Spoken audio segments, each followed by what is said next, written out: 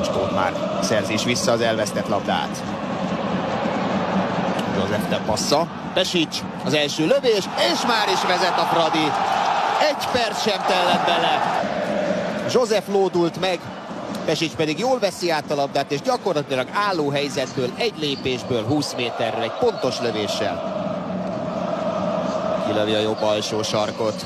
Február 20-a Pilsen elleni Európa Liga kiesés óta veretlen a csapat, ez viszont egy remek kiugratás az örmények helyzetben, és kiegyenlít a Noah. Nem volt les, a gólt Ferreira szerzi. Igen, a túloldalon ott egy beragadó ferencvárosi játékos, talán Makrekis az. Emiatt nem volt les, és nem is veszi át, hanem 16-ról ellövi Dibusz mellett. A kapu bal oldalával. Már 3-0-ra vezette az összesítést az örmény csapat. Aztán végül 2-2 lett a meccs vége. Egy beadása hosszúra, József emelkedik, nagyon szép fejes gól. És egy remek beadás a jobb oldalról. József meg nemes egyszerűséggel túlugorja a védőjét. Sangaré. Újabb veszélyes örmény ellentámadás. Sangaré dobja ki jobbra. Ferreira vissza, van érkező ember, és Dibusz lábai között bemegy ez is, amikor úgy néz ki. Most már kétszer is, hogy abszolút kézbe vehető a párharc irányítása. Akkor villannak egyet egy ellentámadásból az örmények. Itt sem volt les. Jó ütemben kapta meg Elder Ferreira.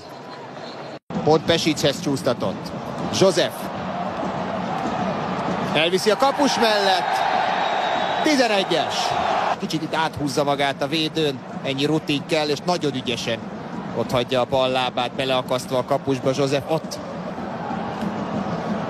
52. perc. Berúgja. Csak bejjebb segíteni tudja. Közelebb kéne menni hozzá, ez megvan. Vissza a bal oldalra, Torarinson.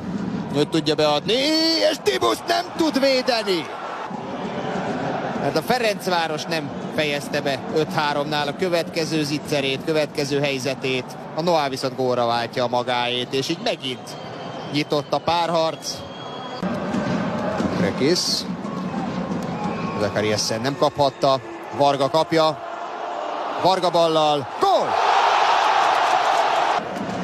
Makrekistől jön a passz, jön a labda elébe, és visszacselez ballábra Varga Barna. Ez aztán a védő takarásnak használva kilője a jobb alsót.